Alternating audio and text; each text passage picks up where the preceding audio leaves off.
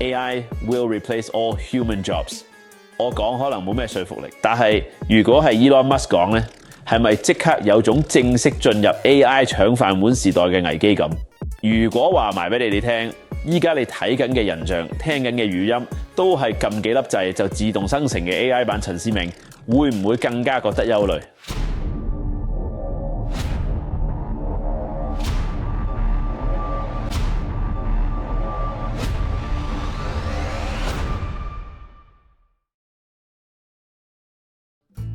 其實 AI will replace all human jobs 咧，都係 Elon Musk 嘅個人預測啫，實質情況咧其實未必咁誇張嘅。嗱，大家可以睇下國際貨幣基金組織 IMF 嘅一份分析報告啊。未來全球受 AI 影響嘅工作咧，大概咧係40%，發達地區咧可能再多少少60%到啦。即係以後我身邊嘅同事咧，有一半可能會變成咁嘅樣。言歸正傳啦，做海外升學自然接觸好多家長同埋同學仔啦。無論揀科定係揀學校咧，大家都因為 AI 嘅高速發展而多咗憂慮。或者大家咧可以學下呢幾位仁兄 ，If you can't beat them, join them。國際教育機構 Study Group 咧，同埋好多英國知名大學，例如 Russell Group 嘅 Durham 啊、Leeds 啊、Sheffield 等等咧，合作開辦一個國際生銜接大學課程，力推 AI 相關嘅 Computer Science 啊、Data Science 等等。Computer Science 咧就 focus 喺 Artificial Intelligence 同埋 Cyber Security 兩個方面。其中 Artificial Intelligence 涵蓋嘅範疇咧好廣泛，人工智能啊、Machine Learning 啊、機械人技術啊、自動化等等咧，都係未來職場上重中之重啊！有咗呢啲技術嘅加持，幫到公司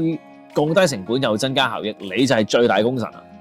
同一時間，你啲 AI 整得咁出色咧，梗係要有良好嘅防護系統去抵擋呢啲數碼攻擊啦，確保公司嘅信息啦、保密性、安全性同埋可持續性。呢個就係點解同時要學埋 Cyber Security 嘅原因。至於 Data Science 呢科咧會複雜少少，因為佢係一個跨科學嘅領域，集數學啊、統計學啊、計算機科學等等於一身。透過數據統計模組收集 data， 再喺數據當中利用統計啊、分析啊、演算啊、machine learning 等等咧，幫助機構作出決策同埋解決奇難雜症。千祈唔好睇小 data science。據世界經濟論壇指出，建立統計模組，然後再作出分析嘅技能咧，喺未來職場入邊係最被睇重嘅核心能力之一。介紹完兩科學科之後咧，咁有咩升學出路咧？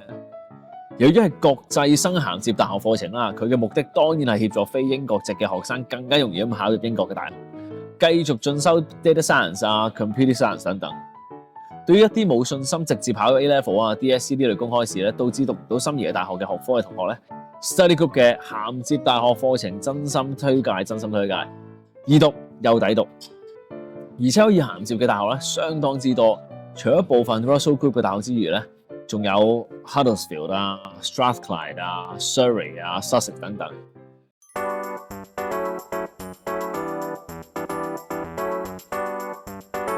咁讀完銜接課程，升埋大學，順利畢業 ，Computer Science 同 Data Science 可以揾啲咩工咧 ？AI Specialist、Machine Learning Engineers、Cyber Security Analyst、Network Security Engineers、Data Scientist、Data Analyst。Business Intelligence Analyst 出路其實咧選擇係一大籮嘅，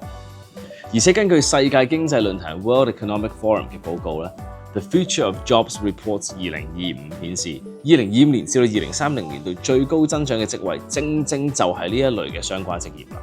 2025年6月18號星期三，香港時間晚上嘅6點，英國大學 Royal Holloway University of London 將會為英式教育嘅學生特別開辦 Computer Science AI Taster Class， 免費參加。都係嗰句啦，無論查詢定係報名，打電話或者 WhatsApp 5500-3655揾英式教育。